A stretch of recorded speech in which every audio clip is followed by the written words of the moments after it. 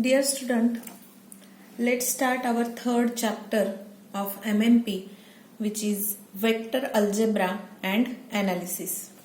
So, from your basic knowledge of mathematics, you already know or you have studied the chapter vector algebra and also some small calculations regarding these vectors. So, first we will see some introductory concept related to scalars and vectors. So this is the introductory lecture.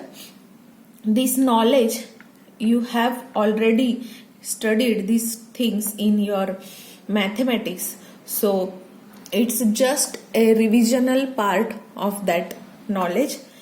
So the physical quantities are basically classified into two categories. One is a scalar and another is a vector. So you know that a physical quantity which is completely described by magnitude only means a physical quantity which requires only magnitude to describe it completely is known as a scalar quantity. That is, the quantities which having magnitudes are the examples of scalar quantities. So what are examples from physics? The mass is a scalar quantity, then time, temperature,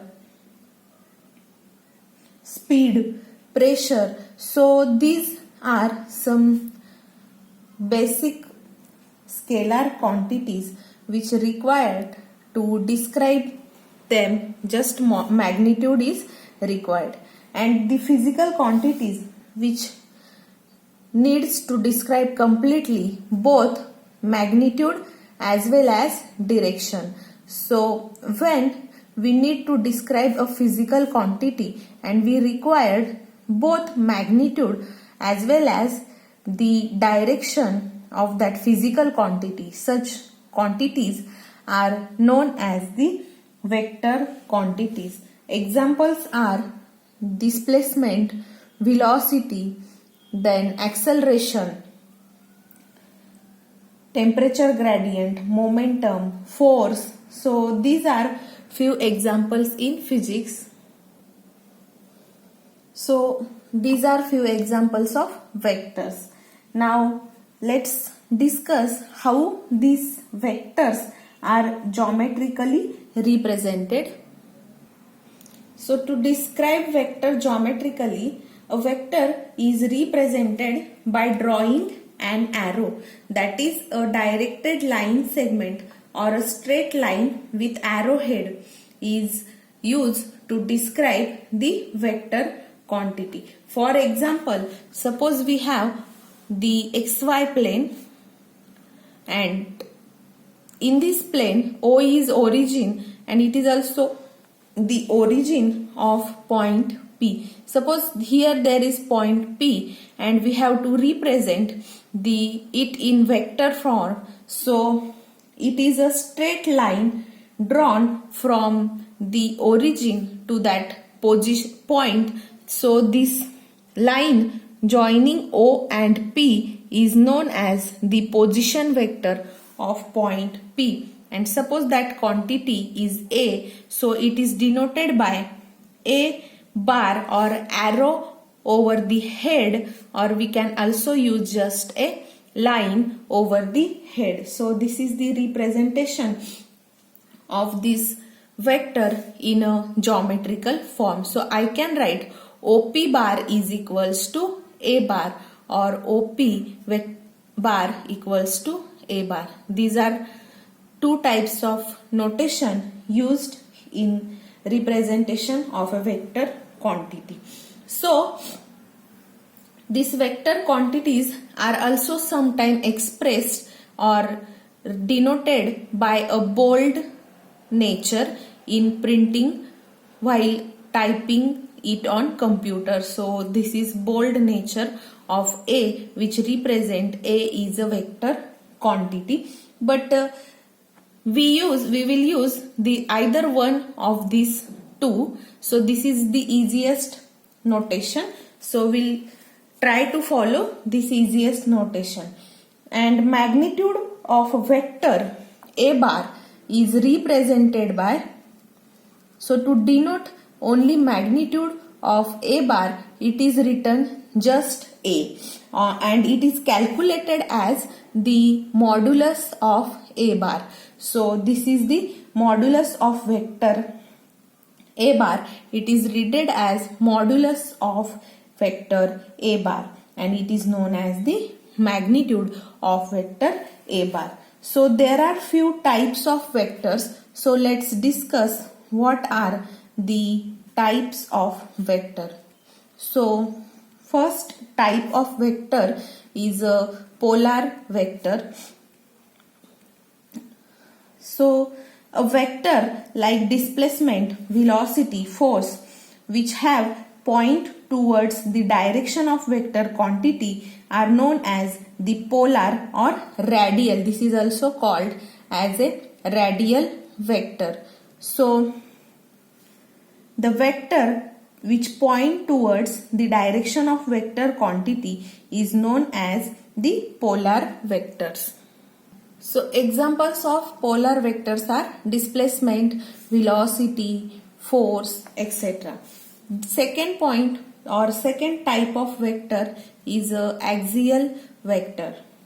So these vectors are associated with rotational motion. So these are represented along the axis of rotation with direction which is given by right hand screw rule. So these vectors are associated with rotational motion. So whenever there is a rotational motion is described, so we will need these axial vectors. So to describe these axial vectors, the vectors are represented along the axis of rotation, and the direction of this axis of rotation is given by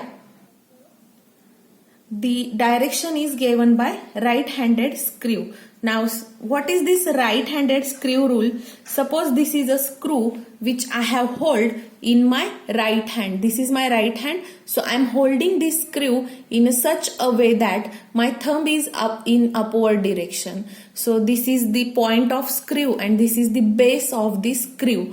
So here I have hold this screw in the upward direction, and now these fingers which are curved around this screw, these curved fingers will denote the direction of rotation. Mean in this direction there will be the rotation of your physical quantity, and the direction of thumb means thumb is directed upward. So this upward direction gives me the direction of vector. Means along the curl finger there is the rotation of your vector, and this vector is directed upward to direction, that is direction of thumb. So this is right-handed screw rule, and the type of vector which used to denote these things is known as axial vector.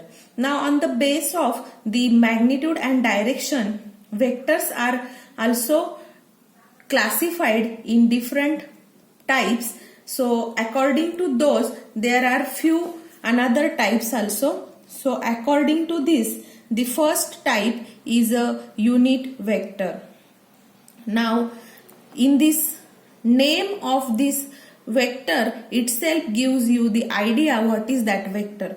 So vector having magnitude unity. So magnitude of this vector is 1. Such type of vectors are known as the unit vector. And examples, these vectors are denoted by putting cap over them.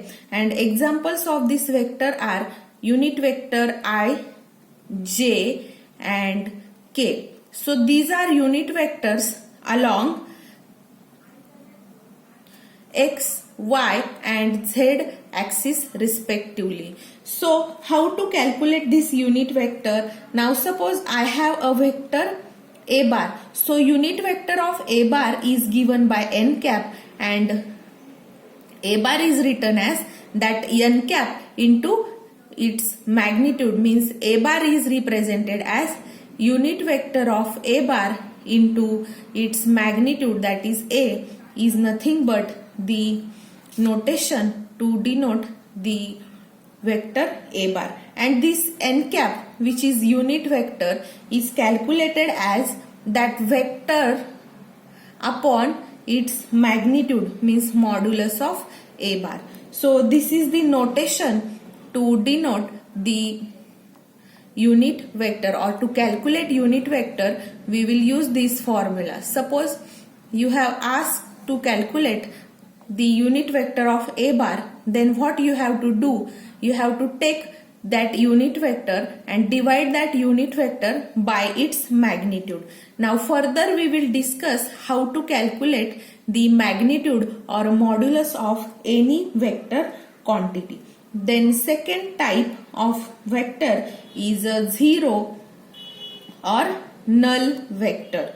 So here if initial and terminal points of a vector are coincident, such type of vector is known as a null vector, and it has the magnitude 0. So 0 magnitude vector is known as the null vector, and it will have magnitude 0 and no direction for this vector.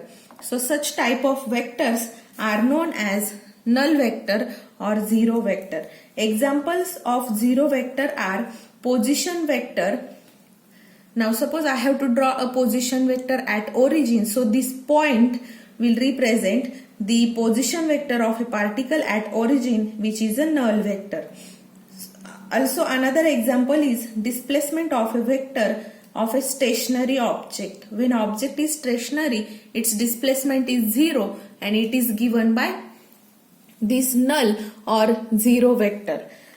Now the third point or third type of vector is known as the equal vector. So what are equal vector? In its name you will get idea that what are the equal vectors. So two vectors are said to be equal when they have same magnitude and same direction. Means if there are two vectors which have magnitude and as well as direction which are same, then such type of vectors are known as equal vectors, and geometrically they are represented by a parallel lines of equal lengths and arrow which will head in same direction. Now suppose I have to show equal vector. So suppose I have a bar equals to b bar and my a bar is here. So it will be a vector with same length.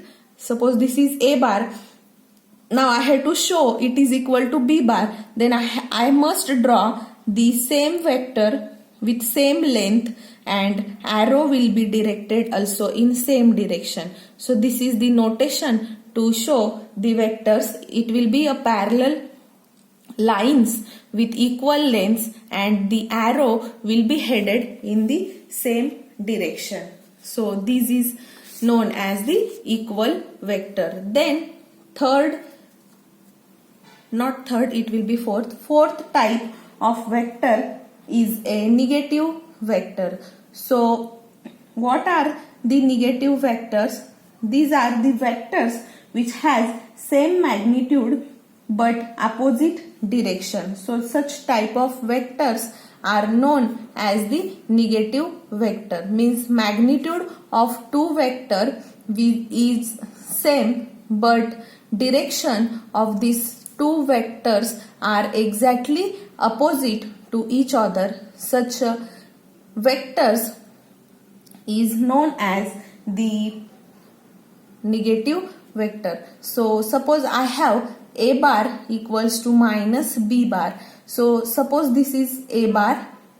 Now magnitude means length will be same but direction of arrow is exactly opposite and they are again parallel to each other. So this is the negative vector and it is denoted by just putting minus sign on the before that vector. So this is notation. Then fifth type is known as the position vector. This vector we have already discussed while discussing this point. So here if I have to show point P, then the line joining point O and P, this line is known as the position vector of point P and it is given by the OP bar. So we have already discussed this, that type of vector is known as the position vector. Then another type of vector is concurrent vector. So what are these concurrent vectors? These are the vectors having same origin, which therefore they are called as the concurrent vector. Means vector which are originated from same point, such vectors are known as the concurrent vector. Means suppose I have one vector originating from this point and another is also originating from this point. Suppose third is originating in this way. So these three vectors are known as the concurrent vector. Then next type of vector is known as like vectors or co-directional vectors. These are the vectors which are collinear and have same sense of direction. That is, the vectors directed in the same sense irrespective of their magnitude are known as the like vector or co-directional vector. So these are collinear, that means direction is same, magnitude doesn't matter. Such type of vectors are known as like vectors or co-directional vector. And next is unlike vector, which is exactly opposite to the like vectors or co-directional vectors. Now here these vectors are collinear but which will have the opposite sense of direction and again their magnitude won't matter. Means one vector is suppose in this direction, another will be parallel to it with other magnitude doesn't matter, but direction of sense are exactly opposite. So these are known as the unlike vectors or non-co-directional vectors. So these unlike vector and like vectors are exactly opposite. Then another type is coplanar vector. So what does this coplanar vector means? So if we have a system of vectors, that means we will have number of vectors. So a system of a vector lying in a parallel plane or which can be made to lie in a same plane is known as the coplanar vector. Means the vector which lie in a same plane, such vectors are known as the coplanar vector. And exactly opposite to this is non-coplanar vector. So non-coplanar vector means what? The vectors or system of a vector which consists of three or more than three vectors which cannot be made to lie in the same plane. Means this number of vectors are not in a same plane, then such vectors are known as the non-coplanar vector.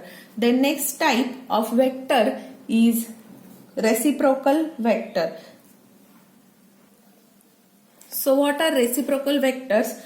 Any vector which having its direction same as that of a given vector but its magnitude as a reciprocal of another vector, then such vectors are termed as a reciprocal vector. And suppose I have a bar, then its reciprocal is given by a bar inverse, or it is also written as 1 upon a bar.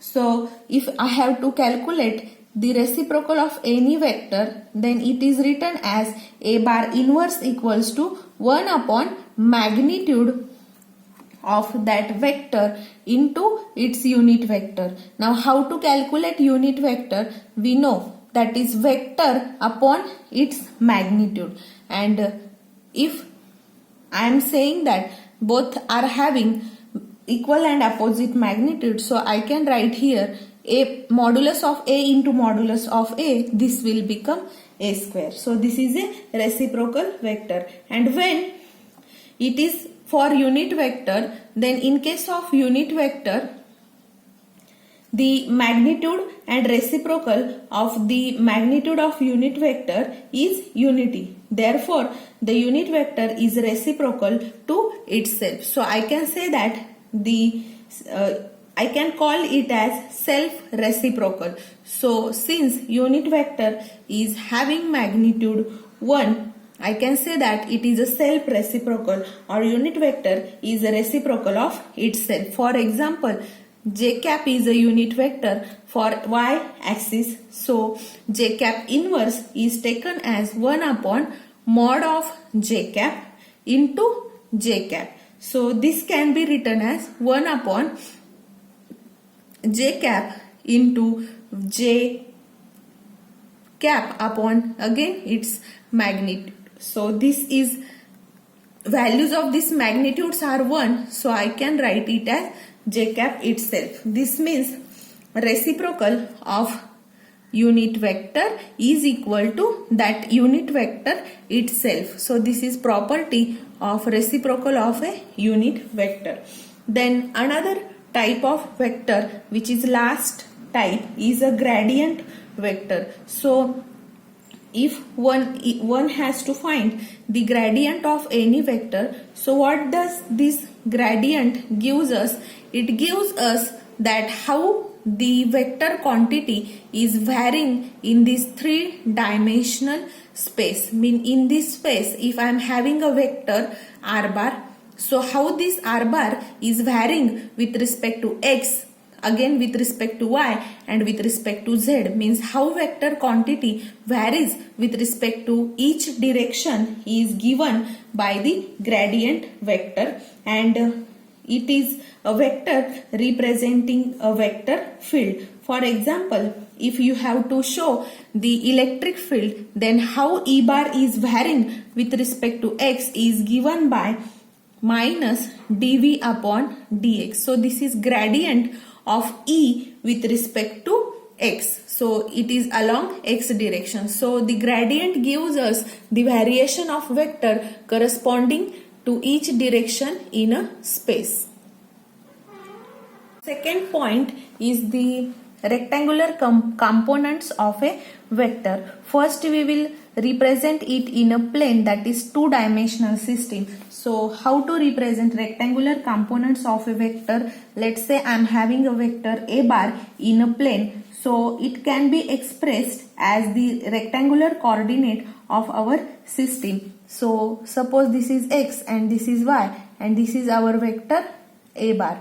So this a bar is represented as ax bar plus ay bar, and this ax and ax bar and ay bar are given by help of unit vector, that is ax I cap and ay j cap, which are unit vectors along x and y directions respectively, and collectively the vector a bar in a 2-dimensional plane is given by ax I cap plus ay j cap. So this is the way with which we can represent this vector in 2-dimensional plane. And this magnitude, I told you how to find, I told you in point that further we will discuss how to find magnitude of a bar. So if it is in 2-dimensional, its magnitude is calculated as modulus of a bar, or a is equal to, it is a square root of ax square plus ay square. This is very important formula for calculating modulus of any vector. So you have to take the square of unit vector, component of unit vector I cap and plus square of component of unit vector j cap. So this is the way with which we calculate magnitude. And suppose this vector is making an angle theta with x axis, then this theta is calculated as tan theta is equals to ay upon ax. This is another important formula to calculate theta of corresponding vector. So equation 1 represent triangle law of vector addition of two vectors that we are going to discuss further. And second is the vector in the three-dimensional space. So suppose you have a vector in three-dimensional space, that is in x, y, z. So this is 3D space. So in this 3D space, vector is represented as a bar is equals to ax bar plus ay bar plus az bar. So this is the way to represent a vector in three-dimensional